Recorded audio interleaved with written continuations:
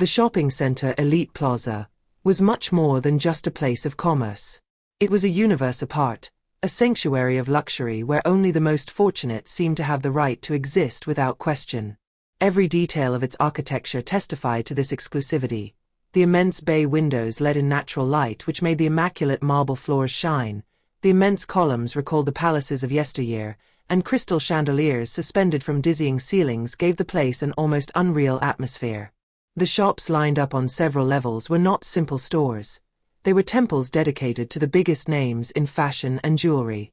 Chanel, Dior, Cartier, Rolex. Each brand shone with an aura that seemed to put an invisible boundary between the elites and the rest of the world. Here, everything was done to remind us that money reigned supreme, and that those who did not respond to the codes of this world could quickly be perceived as intruders.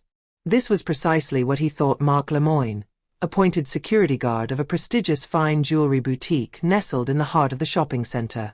For more than 10 years, he monitored the comings and goings of customers, an earpiece screwed to his ear, his sharp gaze tracking the slightest suspicious behavior. He knew every regular customer, those who came to buy without counting, those who strolled just to be seen, and even the rare ones who entered hesitantly, impressed by the luxury that surrounded them. Marc had formed a conviction over time. In this universe, not everyone had their place. And while he would never have dared to say it out loud, he had developed his own criteria for who deserved to be here and who he believed were just parasites looking to profit from a world that didn't belong to them. This Tuesday afternoon, while the store was bathed in a cozy atmosphere, where only the discreet sound of heels on the floor and the whispered voices of the sellers disturbed the silence, the door opened. Marc, stationed near the counter, instinctively raised his head. A young woman had just entered. His step was assured, his gait fluid, and despite the sobriety of his clothes, a certain natural elegance emanated from her. She wore a beige suit which perfectly fitted her figure, a pair of sober heels, and a designer bag which she held with ease. There was nothing flashy about it, nothing excessive. And yet, something about her immediately captured the attention. His complexion hot chocolate, her glowing skin and frizzy hair pulled up into a flawless bun gave him a distinguished appearance. She was the kind of woman who didn't need to do too much to make her presence felt. But in Marc's eyes, this presence posed precisely issue. He looked at her with immediate suspicion. She did not have the profile of the regulars that he saw parade every day. No ostentatious jewelry, no heady perfume whose fragrance invaded the air as soon as they entered. No haughty looks or frivolous conversations about their next vacation to Dubai or St. Tropez. No. This woman was different. He saw her stop in front of one of the windows, his gaze lingering on the diamond-set watches, the platinum bracelets, the precious stone necklaces. He observed his slender fingers touch the glass with an almost sensual lightness, as if she was already imagining these jewels on her wrist. Something in his attitude irritated him.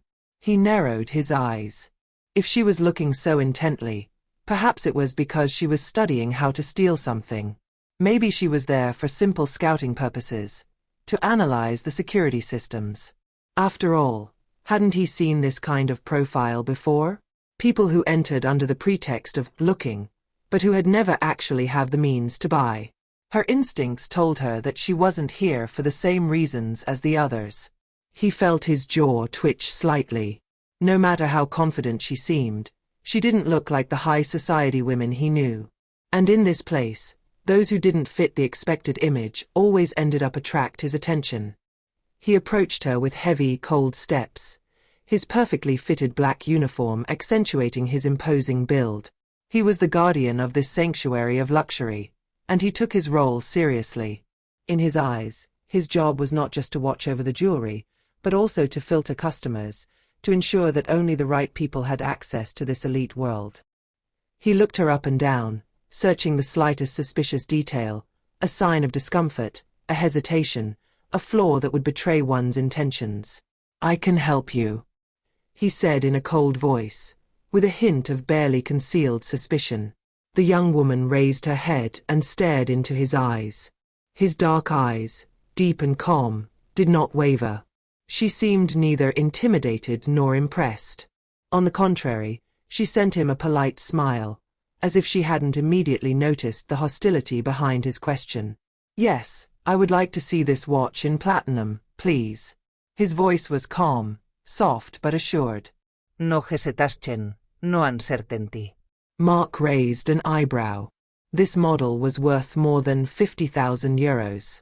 He knew this type of piece, an exceptional, rare and coveted piece of jewelry, intended for collectors and VIP customers. The kind of object that only left the window for the most serious buyers. A slight grin stretched his lips. He crossed his arms. Do you have an appointment? He asked, his tone hardening slightly. The young woman narrowed her eyes slightly, visibly surprised. A meeting? To buy a watch. She did not raise her voice, but her tone expressed sincere incomprehension, mixed with a touch of perplexity. Mark nodded slowly, as if this question were obvious. This is a rare piece. We don't show it to just anyone. He emphasized the last words. Anyone. As if he wanted to mark the invisible border which, according to him, separated those who belonged here and those who were only intruders.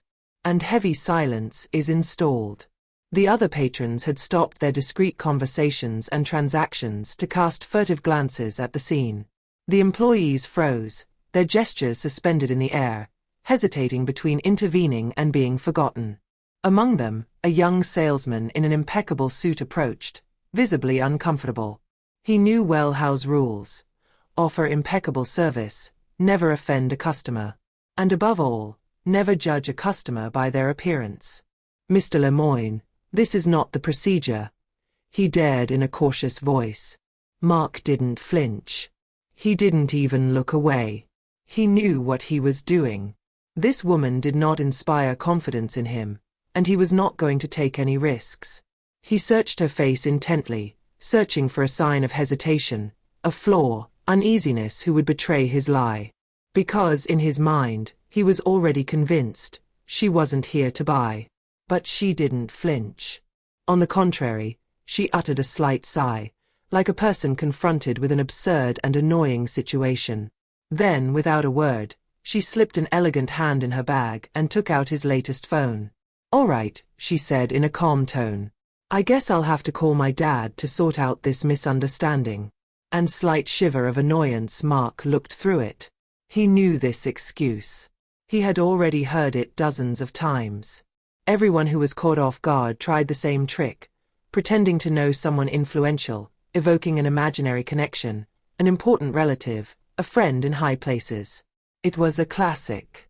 A sarcastic smile twisted his lips. Your father, really? He blurted with barely veiled contempt. Does he work here? He was waiting for a response. A stutter, a dodge. A sign she was lying. But the young woman did not answer. She simply dialed a number and held the phone to your ear. A few seconds later, Mark saw his superior, the shopping center manager, walk quickly through the glass doors of the store, followed by two other officials with closed faces. The atmosphere, already tense, seemed to freeze even more. A heavy silence settled down, and the customers, until then discreet spectators of the scene, exchanged intrigued looks. The director, an imposing man carefully styled salt and pepper hair, stopped short when he saw the young woman. His expression changed completely. His features, first drawn by concentration, immediately softened, leaving room for surprise mixed with worry. Amara. Everything is fine? Mark's eyes widened, unable to hide his astonishment. He felt his stomach drop. Do you know her? He stammered, his throat suddenly dry. The director turned slowly an icy gaze towards him, his benevolent look disappearing in a fraction of a second. He detailed it as if he were seeing his employee for the first time, and he did not like what he discovered. Of course I know her. He paused, letting the silence stretch like a sentence before asserting in a sharp voice. Says my daughter. And frozen shiver crossed Mark from head to toe. His heart skipped a beat. A murmur of astonishment ran through the store. A few customers exchanged stunned glances, some looked down uncomfortably, while the employees instinctively held their breath. Amara, for her part, remained perfectly calm. With a measured gesture, She put her phone in her bag before crossing his arms. Apparently people around here think I can't afford a watch. His voice was calm, but his gaze was sharp. And that I need an appointment to be allowed to watch. The director slowly turned towards Mark, jaws clenched, his gaze burning with cold and suppressed anger. How long have you worked here? He asked sharply. Mark felt his breathing quicken. He felt like the ground was slipping away from under his feet. 10 years, sir, he whispered, realizing with dread the extent of his error.